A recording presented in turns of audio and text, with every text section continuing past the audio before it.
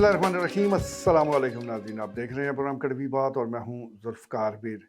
नाज़रीन, हल्का पीपी 22 का ज़िमनी इलेक्शन बड़ा ठंडा पड़ा है। एक तो रमज़ान अल मुबारक है और दूसरा लोगों की दिलचस्पी अभी वो नहीं है। शायद 21 अप्रैल करीब आए तो हम देखें कि इससे दिलचस्पी में कुछ इजाफ़ा हुआ है। फ़िल वक्त तक तो सूरत हाल बड़ी ठंडी ठंडी है। हालांकि होता यही था कि अगर कोई ऐसा ज़िमनी इलेक्शन है या कोई सियासी एक्टिविटी है तो उसके लिए जितने भी पॉलिटिशियन और ख़ास तौर पर जो उम्मीदवारान हैं वो बहाने तराशा करते थे कि किस तरह लोगों के साथ राब्ता बढ़ाया जाए, किस तरह लोगों को इकट्ठा किया जाए, उन तक अपनी बात पहुंचाई जाए। फिल वक्त तो बड़ा अहम मौका है कि आप अफ्तारियों में लोगों को इकट्ठा कर सकते हैं। इन अफ्तारियों को अमूमी तौर पर सियासी अफ्तारियाँ करार दिया जाता है। माजी में हमने ये मुतअद्दिद ऐसी अफ्तारियाँ देखी हैं, लेकिन इस बार कोई ऐसी अफ्तारी भी सामने नहीं आ रही। हल्का पीपी 22 से कोई ऐसी रिपोर्ट नहीं है कि बड़े पैमाने पर आवाम को इकट्ठा किया गया हो, उनको अफ्तारी पर मदऊ किया गया हो। बहरहाल अभी रोज़े बाकी है, हो सकता है कि आगे चलकर हम ऐसा सुने, लेकिन एक बात तय है कि इस वक्त तक आवाम की दिलचस्पी वो मौजूद नज़र नहीं आती। हालांकि तेज़ी के साथ दिन गुजर रहे हैं, यानी अब तो जो एतराज़ात का मरला था वो गुजर चुका है। इसके बाद बताया जा रहा है कि 28 तक आप अपने कागजात नामजदगी वापस ले सकते हैं। 29 तारीख को हतमी फ़हरिस्त आ जानी है, 29 मार्च को हतमी फ़हरिस्त जारी कर दी जाएगी और फिर 30 मार्च को निशानात भी अलाट हो जाएंगे। इसका मतलब यह है कि टिकटों की तकसीम को लेकर महज 3-4 दिन ही बाकी बचे हैं, लेकिन अभी तक कोई हतमी फ़ैसला होता नज़र नहीं आ रहा, या कम से कम ये सामने वो मौजूद नहीं है। जहाँ तक उम्मीदवारान का ताल्लुक है तो इसमें कोई दो राय नहीं कि जितनी आवाम ठंडी है इतने ही उम्मीदवार तेज़ी दिखा रहे हैं। गो हमें बाज़ाहिर नज़र नहीं आती, लेकिन लॉबिंग हो रही है, लोगों से राब्ते हो रहे हैं, अपनी जो बात है वो पहुंचाने की कोशिश की जा रही है, अपने उम्मीदवार होने के प्लस पॉइंट बताए जा रहे हैं। और जिस तरह क्या टिकट का इजरा है वो अगर किसी खास कैंडिडेट को मिल जाता है तो उस हवाले से बताया जा रहा है कि पार्टी को कितना फ़ायदा होगा। फिल वक्त ये होमवर्क हो रहा है। देखते हैं कि आने वाले 2-3 दिनों में ज़ाहिर है इस हवाले से हतमी फ़ैसला हो जाएगा कि किसको कौन सी पार्टी मैदान में उतारती है। पाकिस्तान मुस्लिम लीग नून की, क्योंकि ये नशिस्त है सरदार गुलाम अब्बास ने खाली कर रखी है, तो इसलिए उनको ज़्यादा वो फ़िक्र भी है कि इस नशिस्त पर अपना दिफा कैसे करना है, और इसके लिए एक मजबूत उम्मीदवार वो भी उनकी ज़रूरत है, और ऐसा उम्मीदवार कि जिनके साथ मकामी जो अरकान कौमी और सूबाई असम्बली हैं उनकी कोई अंडरस्टैंडिंग हो, वो भी बहुत ज़रूरी करार दिया जा रहा है। हतमी फ़ैसला तो कायदीन ने करना है, लेकिन यहाँ से हल्के से जो फीडबैक जाना है वो भी अहमियत का हामिल होगा। हमने गुज़िश्ता प्रोग्राम में भी आपको बताया था कि सरदार मंसूर अयाद टम्मन और फलक शेर अवान के दरमियान सख्त मुकाबला है। 2 पॉइंट अगर एक कैंडिडेट हासिल करता है तो 2.5 पॉइंट दूसरा ले जाता है। तो इस किस्म की एक सूरत हाल चल रही है। अब वो आप कह सकते हैं कि वक्त कम है, मुकाबला सख्त है। आने वाले 2-3 दिनों में ये फ़ैसला हो जाएगा कि आया किसका पत्ता चल गया है, किसकी सिफारिश मानी गई है और किसको मजबूत कैंडिडेट वो गर्दानते हुए मैदान में उतारा गया है। सरदार मंसूर अयाद टम्मन पुराने सियासतदान हैं, कौमी असम्बली की नशिस्त पर भी वो मुतअद्दिद बार इलेक्शन लड़ चुके हैं, जीते भी हारे भी।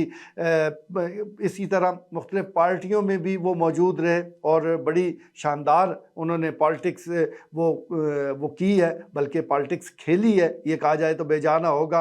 तो इस वक्त क्योंकि उनका ठिकाना पाकिस्तान मुस्लिम लीग नून है, तो उनको उम्मीद है कि जो पार्टी है वो उनको मैदान में उतारेगी। उनको टफ टाइम दे रहे हैं फलक शेर अमान, और इस वक्त उनको कारकुनों की भी हमायत हासिल है और मुतअद्दिद जो बासर शख्सियात हैं वो भी उनकी हमायत कर रही हैं, और उन लोगों की ये ख्वाहिश है कि फलक शेर अमान को मैदान में उतारा जाए। आसानी से दस्तयाब हो जाते हैं, दर्द दिल रखते हैं, लोगों के साथ तावन करते हैं, लोगों के मसाइल हल करने में दिलचस्पी भी रखते हैं, अपने वसाइल से अपनी गिरा से खर्च करने का हौसला भी रखते हैं। तो ये सारी खूबियाँ भी मलक शेर अमान में मौजूद है। अब देखते हैं कि पार्टी की आदत को ये सारी खूबियाँ नज़र आती है या नहीं आती। इस बार एक चीज़ और भी है कि गुज़िश्ता इलेक्शन यानी 8 फरवरी वाले इलेक्शन में हमने देखा था कि मलक एजाज जसियाल उनका बड़ा तस्करा हुआ था, कारकुन उनकी हमायत कर रहे थे। इस बार भी वो मैदान में मौजूद है, लेकिन इतना तस्करा नहीं है, इतनी कोशिश नहीं है।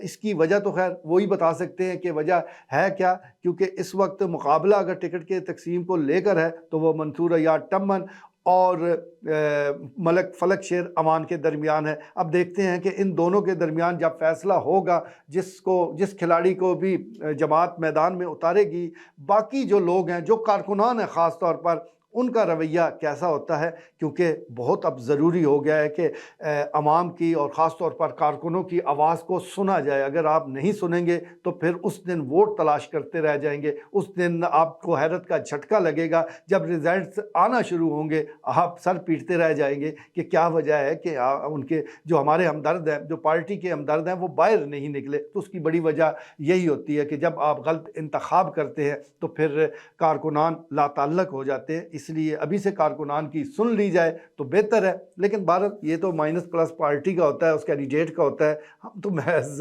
مفت کا مشورہ دینے والے ہیں۔ سو دے دیا ہے، جس کے نام بھی یہ ٹکٹ کے حوالے سے جس کا بھی نام آئے گا وہ ضرور آپ کی نظر کر دیں گے۔ دوسری طرف سنی اتحاد یعنی پاکستان تحریک انصاف ہے، جس کے امیدوار حکیم نثار اور پیر نثار قاسم جوجی کے درمیان مقابلہ ہے۔ ایک حلقے کا یہ دعویٰ ہے، یہ خواہش ہے کہ اس بار پیر نثار قاسم جوجی کو ٹکٹ دیا جائے۔ کافی عرصے سے وہ ٹکٹ کے لیے اپلائی کرتے ہیں، ٹکٹ نہیں ملتا، پھر بھی وہ پارٹی کے ساتھ چلتے ہیں، وفاداری دکھاتے ہیں، تو اس بار ان کا حق بنتا ہے۔ دوسری طرف حکیم نثار موجود ہے، جنہوں نے گزشتہ الیکشن میں یعنی 8 فروری کو بہترین کارکردگی کا مظاہرہ کیا، اچھے برے وقت میں پارٹی کے ساتھ کھڑے ہیں، اس لیے وہ چاہتے ہیں کہ ٹکٹ ان کو مل جائے۔ لیکن بہرحال دونوں رہنما یہ بیانات دے رہے ہیں کہ جس کو بھی پارٹی ٹکٹ دے گی ہم اس کا ساتھ دیں گے۔ اب دیکھتے ہیں کہ جب یہ فیصلہ ہوتا ہے تو پھر اصل معاملات وہ کس طرح آگے بڑھتے ہیں۔ تیسرے نمبر پر محترمہ فوزیہ بہرام ہیں، وہ بھی خواہش مند ہیں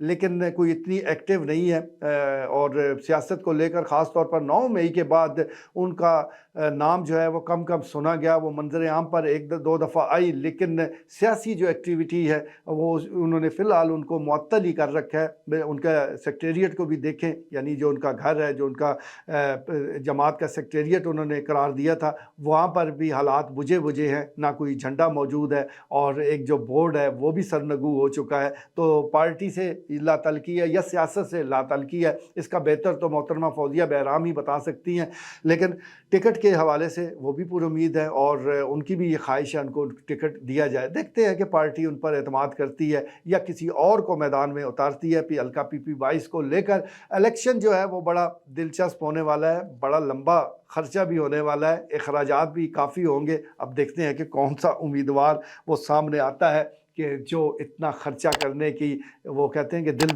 گردہ رکھتا ہو، کیونکہ اب الیکشن لڑنا عام کام نہیں رہا۔ اب ذکر کر لیتے ہیں جی پاکستان پیپلز پارٹی کا۔ 8 فروری کو تو یہاں پر جناب مظہر ہستال صاحب وہ میدان میں موجود تھے، پاکستان پیپلز پارٹی کی طرف سے 4-4.5 ہزار ووٹ وہ حاصل کر سکے۔ اس لیے اب بعض حلقوں کی رائے ہے، خاص طور پر پاکستان پیپلز پارٹی کے اندر کچھ کارکنان موجود ہیں جو یہ چاہتے ہیں کہ اس بار ٹکٹ تبدیل کیا جائے۔ دیکھتے ہیں کہ پاکستان پیپلز پارٹی اپنے پرانے امیدوار کو ہی میدان میں اتارتی ہے یا کسی اور کو ٹکٹ جاری کرتی ہے یا پاکستان مسلم لیگ نون کی حمایت کا اعلان کرتی ہے۔ ویسے اس بات کا زیادہ امکان موجود ہے کہ اس حلقے سے پاکستان مسلم لیگ نون کی حمایت کا اعلان کر دیا جائے، لیکن حتمی فیصلہ بہرحال پارٹی نے ہی کرنا ہے۔ دوسری طرف اس وقت کی صورتحال جو ہے وہ ہمارے سامنے ہے، تحریک لبیک پاکستان موجود ہے، اس کا بھی ایک لگا بدا جو ووٹ ہے وہ موجود ہے۔ وہ اس کینڈیڈیٹ کو یعنی جس کو بھی پاکستان تحریک لبیک ٹکٹ جاری کرتی ہے اس کو وہ ووٹ مل جاتے ہیں، ہر بار مل جاتے ہیں۔ خاص طور پر اگر حلقہ PP 22 اور حلقہ NA 59 کا ذکر کریں تو یہاں پر کافی بڑی تعداد میں تحریک لبیک کے چاہنے والے موجود ہیں، لیکن اتنی بڑی تعداد میں نہیں ہے کہ وہ نشست کو نکال سکے۔ ہر دفعہ وہ اچھے ووٹ حاصل کرتے ہیں، کسی کی جیت اور کسی کی ہار میں اپنا کردار ادا کر جاتے ہیں، لیکن اس سے زیادہ فی الوقت ان کا کردار وہ سامنے نہیں آیا۔ بہرحال وہ کوشش کر رہے ہیں، جد و جہد کر رہے ہیں اور لوگوں تک اپنی بات پہنچانے کی سعی کو جاری رکھے ہوئے ہیں۔ دیکھتے ہیں کہ عوام اس بار الیکشن میں ان کے ساتھ کیا کرتی ہے۔ بہرحال اس وقت کی صورتحال وہ ہمارے سامنے ہے، اس وقت عوام ضرور لا تعلق ہے، لیکن امید کی جا رہی ہے کہ 21 اپریل کو جب الیکشن ہوگا، الیکشن ڈے کو لوگ جو ہے وہ بڑی تعداد میں نکلیں گے، جس طرح 8 فروری کو نکلے تھے، اور پھر جب شام کو رزلٹ آئیں گے تو پتہ چلے گا کون ہارا کون جیتا، کس نے عوام کے دل جیتے، کس نے سیٹ جیتی۔ اس کا فیصلہ 21 अप्रैल को होगा। आज के लिए इतना ही, इजाज़त दीजिए, अल्लाह ने के बाद।